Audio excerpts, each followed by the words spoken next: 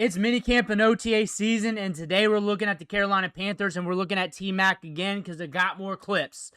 Added to the montage of clips that we already got. We're going to watch them catch some balls, work through some drills, but before we dig in, you need to click that subscribe button right now because we're covering practice, rookie camps, OTAs, minicamps, workouts in between, soon to be training camp, and we're looking at your rookies. We're looking at those quarterback battles. Guys you're drafting in fantasy football here soon. Click that button. Stop missing out. We're looking at T-Mac today. Like I said, I found a few more clips. So we want to share it. We want to talk some ball. It's a Saturday. It's hot outside. So we're going to stay inside and talk some football. Here we go. T-Mac. We'll loop this and keep talking ball. Watch the feet here.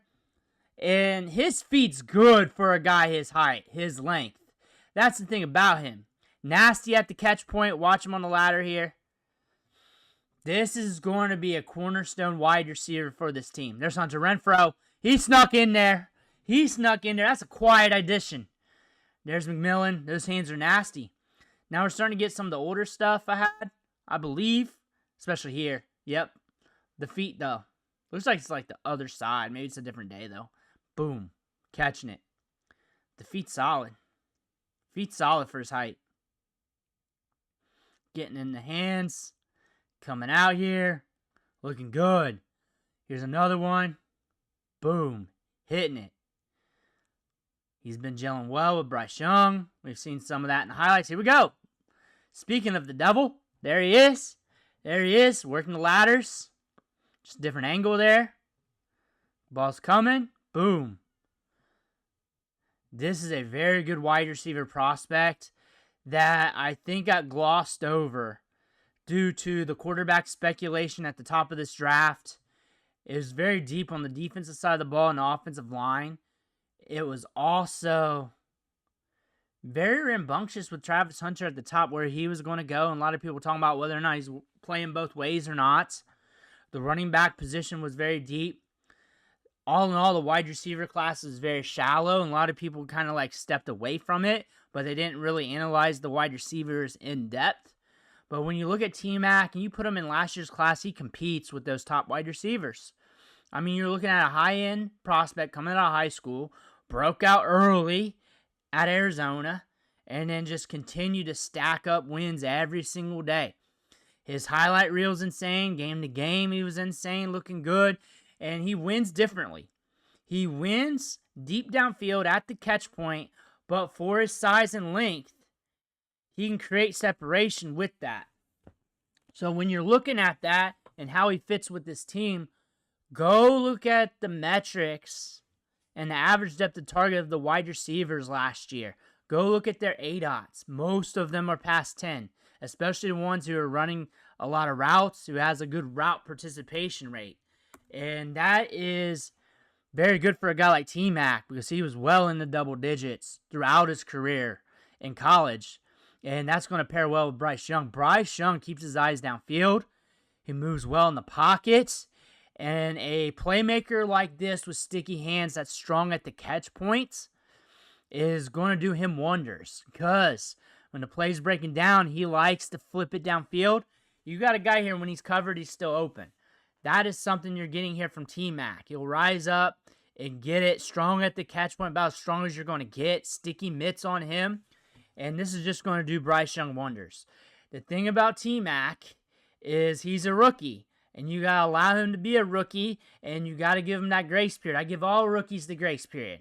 If you follow the channel, you know what I'm talking about. Give him some time to ramp up. Give him some time. I expect him to flash this year. I expect him to do some good things on the field this year. I'm expecting him to at least, at minimum, have his moments. I'm expecting him over the course of time, maybe year 2, somewhere along the, maybe even like week 3, somewhere. He's going to have over a 20% target share. His ADOT, well above 10, probably like around the 12 range. And that's going to make him very stable for fantasy football. The targets are going to be there. That's why I'm saying he's going to have a 20+% target share once he's adapted to the league. That ADOT's going to be deep downfield. And he'll have some low games due to the deeper ADOT because it's football. Sometimes the balls miss. Sometimes they go too far. Sometimes it's too contested. We're just trying to get it deep downfield. But there's other games where it's going to be money. Connecting deep downfield, nasty in the red zone. And you look at his hands, you're seeing it right here in the drills. They're sticky. They're grippy. He plucks it right out of the air. He's good at running routes. His length makes it look a little different compared to what you're used to from the Justin Jeffersons. I would not put him in that category, but I would put him more of a guy that's going to command and be the cornerstone of this passing offense and is going to get a good target share year in and year out and is going to get good volume deep downfield. Like, he's not going to rack up short target after short target. That is not in the cards here. That is not in the cards. Like, he's not going to have a Wan'Dale Robinson career arc. That's for sure. Mike Evans' career arc is probably more in the cards. Not comparison. There are some differences to their game.